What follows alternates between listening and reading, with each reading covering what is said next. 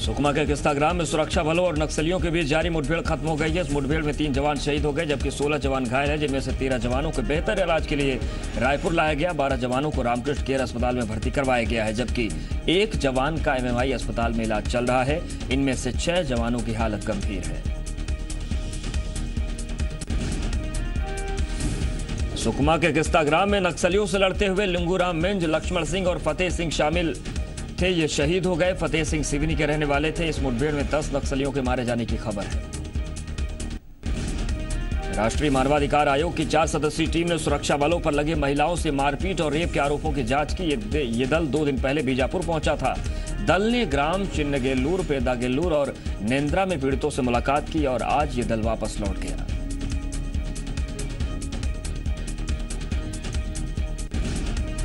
Narayanpur police के सामने 7 लाख के 3 इनामी समेत 6 नक्सलियों ने सरेंडर कर दिया। हथियार डालने वाले 2 नक्सलियों पर 1-1 लाख और 1 नक्सली पर 5 लाख का इनाम घोषित था। बताया जा रहा है कि हथियार डालने वाले नक्सलियों में एक एरिया कमांडर और बाकी जनमिलिशिया के सदस्य हैं। सरेंडर करने वाले नक्सलियों को सरकार की ओर से पुनर्वास योजना के तहत लाभ दिया जाएगा। छत्तीसगढ़ विधानसभा में नारायणपुर में नक्सलियों की तरफ से ग्रामीणों की हत्या के मुद्दे पर विपक्ष का काम रोको प्रस्ताव खारिज हुआ। विधानसभा स्पीकर ने राज्यपाल के अभिभाषण में इस मुद्दे पर विपक्ष को बोलने का मौका मिलेगा। कांग्रेस के भूपेश बघेल ने कहा कि मंत्री, IG, गृह सचिव का अलग अलग बयान गंभीर मामला है। छत्तीसगढ़ विधानसभा में बजट सत्र की आज की कार्रवाई शुरू होते ही विधायक अशोक साहू ने वनों की अवैध कटाई का मामला उठाया। उन्होंने कहा कि अवैध कटाई के 5705 मामले दर्ज किए गए हैं, जिसका मंत्री महेश गागड़ा ने जवाब दिया। उन्होंने कहा कि विधायक अशोक साहू के नेतृत्व में जांच समिति बनाकर मामले की जांच कराई जाएगी।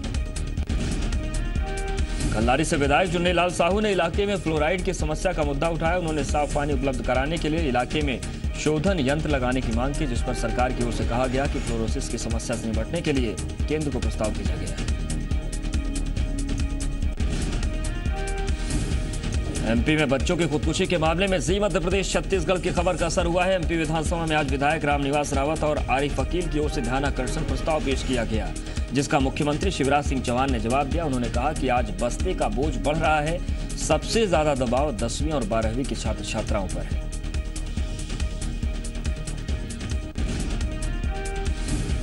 मुख्यमंत्री के मुताबिक बच्चों पर दबाव बनाना अपराध की श्रेणी में है। CM ने कोटा में भिंड के छात्र की खुदकुशी पर भी बयान दिया। उन्होंने कहा कि आजकल परीक्षाओं की तैयारी के लिए बच्चों को कोटा भेजने का चलन चल पड़ा है।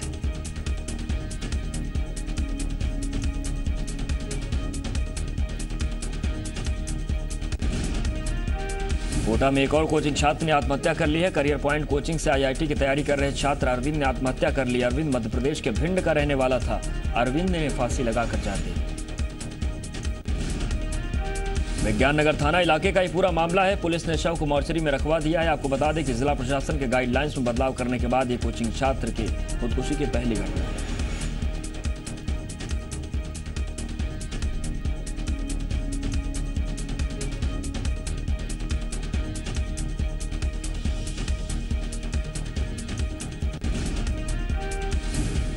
रायपुर में आज कांग्रेस भवन में महिला कांग्रेस की प्रदेश स्तरीय बैठक हुई, जिसमें पूरे प्रदेश की महिला कांग्रेस पदाधिकारियों ने हिस्सा लिया। बैठक प्रदेश महिला कांग्रेस अध्यक्ष अनीता राउटे के नेतृत्व में आयोजित की गई।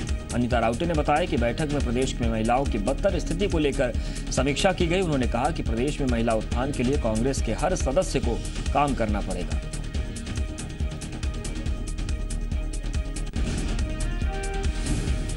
बैतूल में मिड डे मील के दौरान एक दलित बच्चे को तुअर दाल मांगने पर बदसलूकी का सामना करना पड़ा। ये मामला शाहपुर के सरकारी स्कूल में सामने आया है। बच्चों को मिड डे मील परोसने के दौरान एक छात्र ने खाना बनाने वाले स्वयं सहायता समूह के रसोइये से तुअर की दाल क्या मांगी। समूह के रसोइये ने गरीब छात्र को जातिसूचक शब्दों का इस्तेमाल कर दाल परोसने से इनकार कर दिया। इतना ही नहीं, इस महिला ने रसोइये ने बच्चे का हाथ पकड़कर उसके स्कूल से बाहर निकाल दिया। 7वीं के छात्र और उसके परिवार वालों का आरोप है कि रसोइया इससे पहले भी छात्र के साथ ऐसा बर्ताव कर चुका है।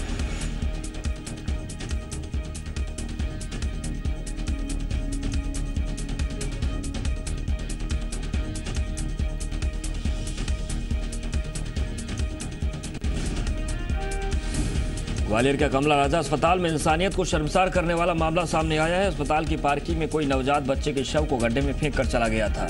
नवजात के शव को चूहों और जानवरों ने नुकसान पहुंचाया। वहीं अस्पताल प्रशासन इस पूरे मामले से अपना पल्ला झाड़ता हुआ नजर आ रहा है। भिलाई के जवाहर नगर में पत्नी को बंधक बनाकर उसके साथ मारपीट करने का मामला सामने आया है। पीड़ित महिला ने अपने मकान मालिक पर भी अश्लील हरकत करने की रिपोर्ट दर्ज करवाई है।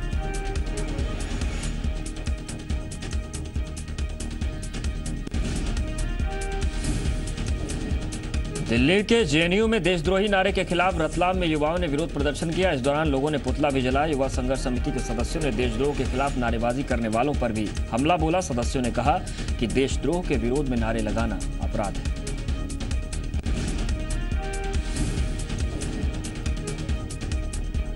मुरैना में स्वास्थ्य कर्मचारियों का 5वां दिन हड़ताल जारी है। उस नेहरू पार्क के सामने धरने पर बैठे संविदा कर्मचारियों ने भैंस के आगे बीन बजाकर प्रदर्शन किया।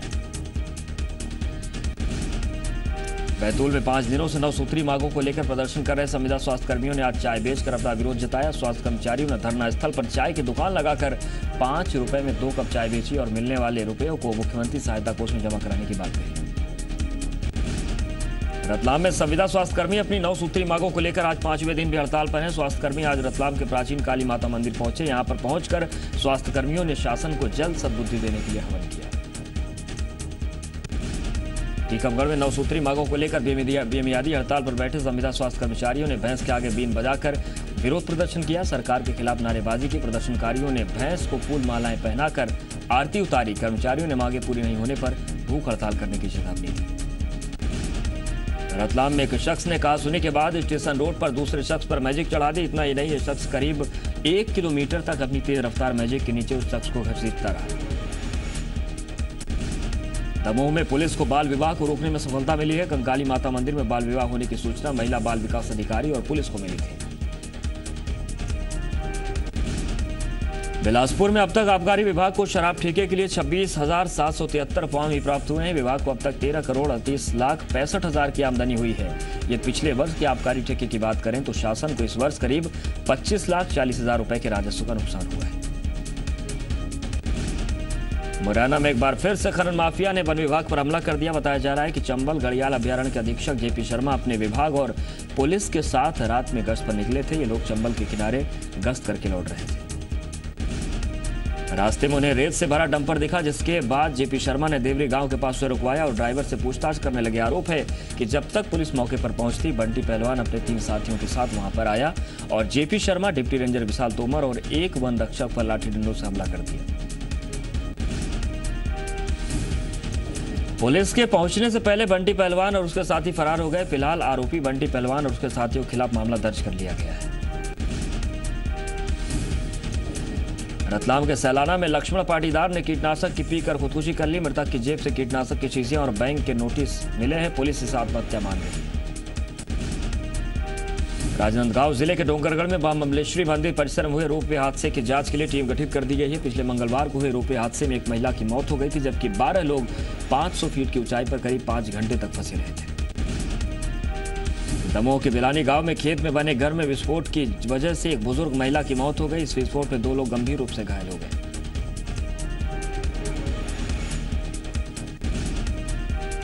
जबलपुर में गुरुवार देर रात घर लौट कर अनुराग त्रिपाठी की होंडा सिटी कार तेज रफ्तार डंपर से भिड़ंत हो गई। टक्कर इतनी भीषण थी कि कार के परखच्चे उड़ गए। एयरबैग फट गया, बावजूद इसके वो दोनों सुरक्षित थे। हालांकि अनुराग त्रिपाठी के चेहरे पर कुछ चोट लगी है, जबकि उनकी पत्नी मामूली रूप से घायल है। दोनों को इलाज के लिए अस्पताल में भर्ती करवाया गया है। जबलपुर में एक यात्री बस और कार में जोरदार टक्कर हो गई, जिसमें 2 लोगों की मौत हो गई, वहीं 2 लोग गंभीर रूप से घायल हुए हैं। भिलाई के सुपेला थाना क्षेत्र के नेहरू नगर बटालियन इलाके में हुई एक सड़क दुर्घटना में एएसआई की मौत हो गई। बताया जा रहा है कि राजनांदगांव में तैनात एएसआई निर्वेश साहू को अज्ञात वाहन ने टक्कर मार दी। शिवपुरी में बस और ट्रक की भिड़ंत में 3 यात्रियों की मौत हो गई, जबकि 33 लोग जख्मी हो गए। दरअसल देर रात शताब्दी बस सर्विस कानपुर से इंदौर जा रही थी। इसी दौरान कोलारस के देहरादा तिराहे पर यह हादसा हो गया। ग्वालियर में शुक्रवार तड़के एक टेंट गोदाम में आग लग गई। आग ने देखते ही देखते भीषण रूप ले लिया। महज कुछ ही देर में पूरा गोदाम जल उठा। शादी समारोह का ठेका लेने वाले रन सिंह राठौर के टेंट गोदाम में आग लगी थी। सुबह करीब 6 बजे पड़ोसियों ने गोदाम मालिक को आग लगने की खबर दी। खबर लगते ही गोदाम मालिक टेंट संचालक ने फायर ब्रिगेड को खबर दी। करीब आधा घंटे बाद नगर निगम की करीब आधा दर्जन दमकलें मौके पर पहुंची और आग बुझाने का काम शुरू किया।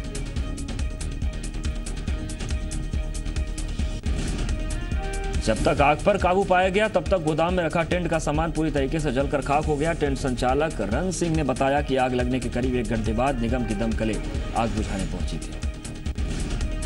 हरदा के जंगल में बाघ दिखने से ग्रामीण दहशत में है। हरदा जिले के हंडिया रेंज में बाघ को देखा गया। कई ग्रामीणों ने बाघ को देखने की बात कही है।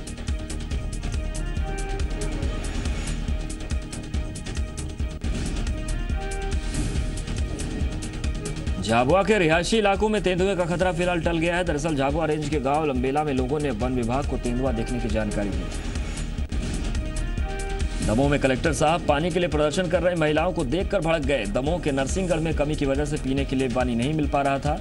रोज रोज पानी की कमी झेल रही है महिलाएं थी वो खाली मटके लेकर कलेक्ट्रेट पहुंच गए। कलेक्टर जब अपने चैम्बर से निकलकर बाहर आए तो अपना आपा खो बैठे। समस्या सुनने की जगह कलेक्टर साहब महिलाओं पर बरसने लगे। छत्तीसगढ़ में ट्रेन में सफर करने वाले यात्रियों के लिए अच्छी खबर है। बिलासपुर रेलवे जोन में आने वाले 3 मंडलों बिलासपुर, रायपुर और नागपुर में एवीटीएम लगाने का काम इसी महीने पूरा हो जाएगा। एमपी में लोकायुक्त ने सरकार की सिफारिश की है कि विधायक, कुलपति और एनजीओ जैसे संगठन भी लोकायुक्त के दायरे में आने चाहिए।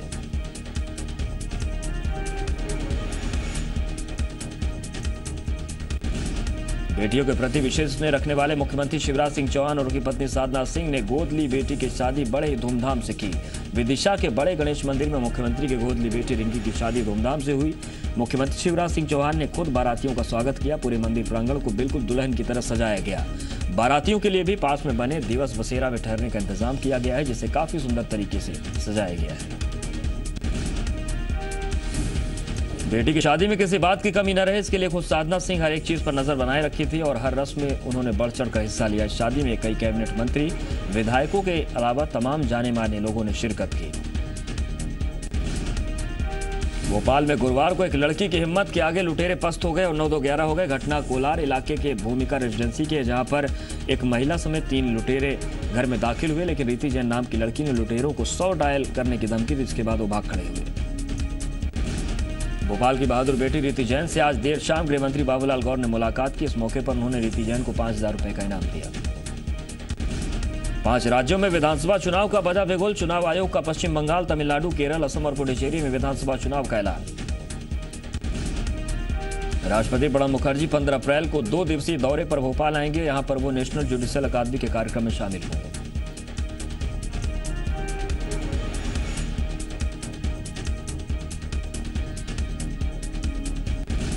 प्रधानमंत्री मोदी ने सेतु भारतम परियोजना की शुरुआत की। इसके तहत 4 साल में सभी नेशनल हाईवे होंगे क्रॉसिंग फ्री बनाए जाएंगे।